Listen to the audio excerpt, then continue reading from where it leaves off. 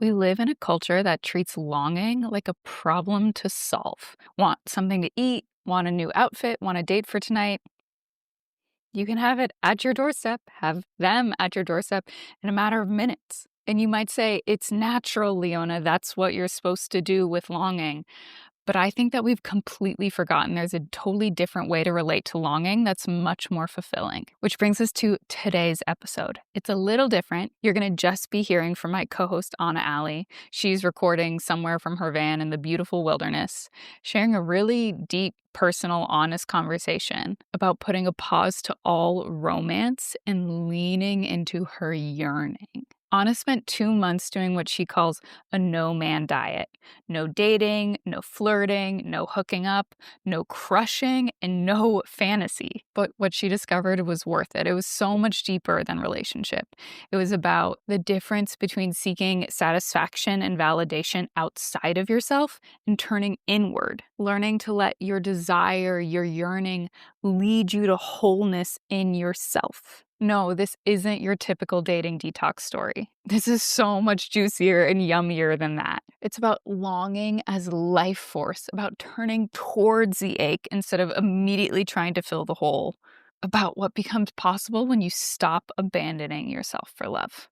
And yes, because Anna is living her best off-grid life, you're going to just hear a voiceover of the episode to a photo of her somewhere fabulous in nature. Don't be alarmed. It's not YouTube from 1999. Just sometimes the most profound insights come from a place where you can't upload a full video file. I'm Leona Waller. You're about to meet my lovely co-host, Anna Alley, and this is The Body Knows. Remember to like and subscribe. Let's get into it. Hey everyone. So today it's just me, Anna, and I know we had said we were going to talk in our next episode about the connections between trauma and somatics and chronic illness, physical illness, and I promise that's coming. But I want to do that with Leona, and so today, being solo, I thought I would talk about something else. And that topic, in a lot of ways, is longing, yearning, desire. um, and so, to give a little background, I've been in a personal experiment, journey, practice, process for the last 2 months. Um, it's something I've gotten to talk a lot about with friends and the people I'm living with in community right now.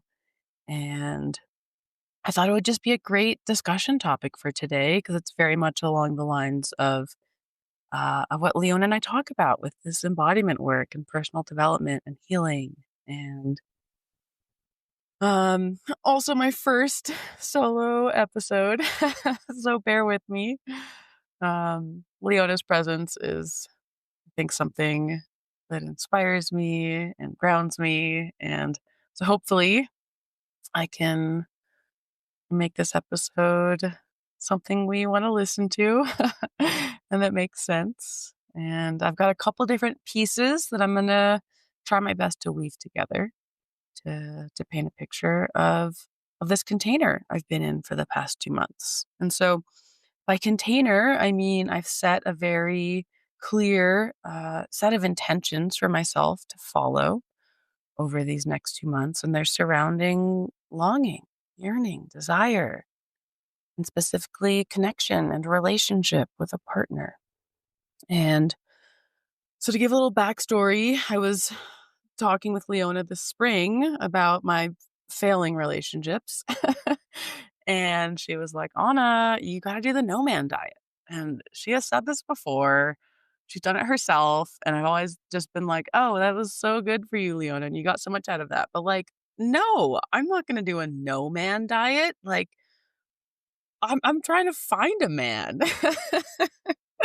Oh my gosh, but shout out to Kendra Kunov, for creating this container. I know she's not the only person in the universe that has suggested this, but she has an amazing online course and a framework that's very clear to follow. And so, although I did not take my course with her, I couldn't have done it without her. And so, shout out again. Definitely check it out. Go to Google, type in her name, Kendra Kunal with 2 Ks, um, the No Man Diet. And okay, so what's the idea behind the No Man Diet? I think first of all, I wanna say the point here isn't about restriction. It's not about shutting down romance or sexuality or how I allowing myself to feel these things. But it's about revealing. And so what do I mean by that? Um, okay, so something that I was really coming to terms with this spring was just, you know, how I'm showing up in relationships is a massive part of why they're not working out, right? Like, I'm accountable here. I'm the one interacting in these ways. I'm the one choosing these partners. I'm the one going spiraling in my mind about certain things. And I came to realize, that yeah, I wanted a new relationship, but in that case, like that needed to come from me, right? I'm accountable here. I'm the one that's creating these contexts for myself. And so the idea behind this no man diet um, was to reveal these things. And so, okay, what is this no man diet? For the next 2 months, I chose a 2-month container, which I'll get into in a moment. It's coincided with an online class I was taking on longing and desire and radiance and expression. Um, the no man diet for these 2 months, I committed to no shared sexuality or romance with another human, no dating, no flirting, no crushes, and not even fantasy. And that one was like a, oh my God, what? Not even fantasy for 2 months? And yeah. And so the idea here was there's a couple parts to this. First and foremost, maybe not first and foremost, but first to really see, experience, quantify just how much of my energy, my mental, emotional thoughts and feelings I have spent in my life directing them toward the male gaze. And as a woman conditioned in Western culture, in United States especially, through media, the movies I grew up with, TV shows, social media, people asking me as a child, "What's your wedding gonna be like?" you know, um, I've been, we've all been, men and women, right? We live in the patriarchy. We've all been conditioned to measure up against the male gaze and to seek validation, to seek a sense of self worth, to seek a sense of belonging based on the male gaze and the approval and validation we would get or do get from the male gaze. And so I wanted to see as well, like what would surface when I wasn't feeding that part of me who reaches for attention, connection, and validation through the male gaze. And gosh, I mean, I've been doing a lot of self work for a long time now, and it shocked me. Just to realize how much of my energy goes toward the male gaze, has been going toward, even though I thought I've done so much work and I'm my own sovereign woman and yada, yada, yada. Gosh. And, it was these inner narratives, decisions I was making, how I was getting dressed, what I was choosing to wear, is all still entangled with being seen and chosen by the male gaze. And, I got to really see, like, at the core, just how deeply, how foundationally my sense of belonging and worth has been shaped by receiving validation from those around me, and especially, the men around. And okay, so the other piece of this no man diet is not just this abstinence, this energetic abstinence, but radical self honesty, right? Bringing in weekly practices, weekly reflection, and really looking at yourself to in an attempt to illuminate these patterns, these unconscious patterns um, that I've been operating in, and asking myself, especially like, where am I abandoning myself in order to be loved, in order to be chosen, in order to have a sense of self worth, validation. Mm. And gosh, I've got to say, this experience has been absolutely transformational. Kudos again to Kendrick Lamar. Wow.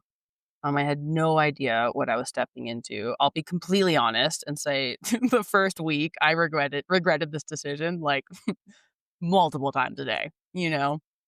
Um, and that was also validating in part just to recognize that, oh, this was the right thing to do, right? If there's a part of me having this much resistance, you know, there's an unhealthy relationship within myself taking place. And so it's time to unearth that, time to get to the root of that and see, what's actually going on here. Um okay, so then the next piece of this, okay, so part of this container is about breaking the pattern, right? It's a pattern interrupter. Um but then I also needed a piece that was about creating something new, a new neural pathway, a new pattern, a new conscious way of relating with something instead of an unconscious way of relating with something. And so, uh, the second piece here is this course I've been taking with Nina Lombardo. Shout out to her. Wow, these are both amazing women. Her online course, one of them, the one I'm taking, is called Ecstatic Love. Also, Google it, check it out. If it resonates, I highly recommend signing up for it whenever she does open this container again. It's an 8-week program, which is why I chose the whole 2-month thing. And she works a lot with polarity work, so masculine, feminine energy, separate from gender. We each have both within us, and and embodiment work. And her program is about helping women to awaken to their inner radiance, their devotion to love, to self, and how to embody their full expression in this relationship to self, to others, to life itself. Um, and wow, it is a beautiful path of devotion, of radiance, of learning the art of relating, of opening your heart, of expanding your emotional range, your expressive range, and creating your own, personal devotional practice to self, to love, to being in this body, this radiant, beautiful body, to live as love. I mean, I could just keep going. But so this was the big piece here. These two parts, the no man diet and the ecstatic love container. And and specifically, I'm gonna weave back now to longing. What do I do with this longing inside? And so I asked Nina, I was like, what do I do? um, and gosh, she had just so much wisdom to share with me. And so that's what I want to share today because it's just been transformational. Um, she said, longing, it is the force that drives life, all of creation, all of life on this earth. It is driven by this pulse of yearning, of longing. It aches. It is uncomfortable. It's unbearable. But that ache is life force itself. It is love. It is grief. It is joy. It is aliveness within you. It is a pulse of creation moving through you, driving life into this world. And so, when you feel it in your body, can you make it an invitation to turn toward that sensation? Mm. And so I guess I don't think I said this yet. Um, but up until now, the way I've been relating with longing is it is an ache, right?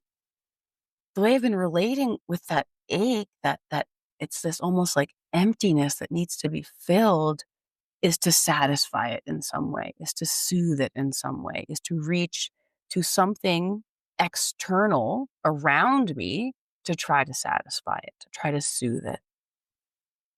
And that just gets me stuck in a cycle, right? Of this ache that arises, this grasping, this reaching to something in my external world to satisfy it, the soothing that takes place, and then the ache just returns, and I'm just stuck in this cycle. And and so what else can I do with it, right? And that was my big question. I didn't know. I knew the way I was relating to it wasn't serving me. But what else can I do with it? And so she said, "Can you make this a practice?" And this is like an embodiment practice. When that ache arises in your body, can you open toward it? Instead of externalizing it in some way, can you internalize it? Can you become available to it? Can you let the ache move through you, express through you? It is a pulse of life, right? Can you let that aliveness within you, can you let it crack you open? Can you allow the ache to become so big that it cracks you open and leads you to the source of creation itself within you? Can you do this as an embodiment practice? Can you open and you become available with your breath, your posture, your pelvis, your heart to this ache? And can you let it fill you? Can you let it become you, breathe you? Oh, and I gotta say, like, it's such a radical shift because although there's not this sensation of satisfaction or soothing, there is a sensation of wholeness, of being filled in some way. And although I don't, it's hard to put words to it. But instead of, continuing this pattern where I have to make the ache smaller in some way or push it away, ignore it, or try to turn it into something else or fix it in some way, can I not look at it as a problem even though it aches? Can I honor it as like the expression of life force itself in my body? Can I make art with this feeling? With becoming the openness of longing itself in my body, through my body? Can I let this pulse of life move through my spine, my hips, my voice? Can I let it awaken me to life itself within me that is always within me, pulsing through me? It's an embodiment practice. It's a somatic practice. There's an opening and a deepening and letting this thing within me shape me. Oh, I gotta say, it's good. It feels incredible, right? It feels so much healthier because instead of being, impulsively overrun by this need to satisfy or soothe this ache, and I then look into my external world in some way, I get to turn inward instead and find this wholeness within me, find this sovereignty within me. Mm. And I think it's hard to put to words, and so I'd say, go experience it yourself. I highly recommend these 2 containers. Um, but it's offered me such a deeper and more rooted sense of self, of wholeness, of worth, of belonging, of connection, connection to life force within me. And that's always there, right? It's not dependent on something in the external world. It is me. It is my body. It is what I have access to in any moment and every day. And so, can I make this practice a part of my life now? Can I breathe and move and sound my yearning? Can I become it as a path toward greater aliveness, toward deeper, brighter radiance, toward a clearer sense of self, toward a way of relating then to others in a new way? Because I have this wholeness within me. I have this sovereignty, this openness, this depth. I'm not relating to someone out of lack or fear or performance because I'm dependent on this thing in my external world to give me worth or validation or a sense of connection. I have that within me. I'm full and whole. And so then when I relate with another, we can make art together. We can be two whole sovereign beings making art with one another because I'm living my life devoted to the pulse of life that lives within me, to love, to freedom, to expression. Ugh, I don't know. This is what has been on my mind. This is what has been a big part of my world these last 2 months. This new way of relating to the aliveness within me, to the longing, to the yearning I experience. And then as a pathway to heal these wounded parts of self, these ones that say, I'm not worthy. I feel shame. Oh, that was a big aha moment for me was, there's this very natural part, I'd say, of being human where we have desire to be desired, right?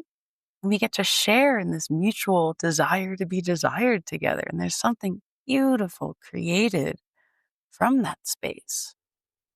And something I noticed was like there's a part of me that felt shame around that.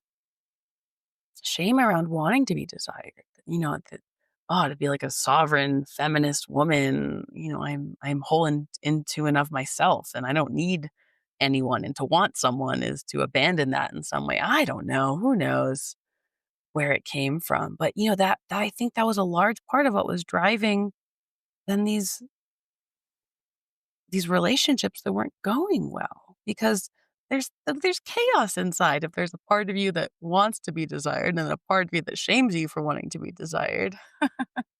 you know and so I think we each have something like this within us, right? And if we have this wounding around relationship in some way. And yeah, I think I'm sold on containers.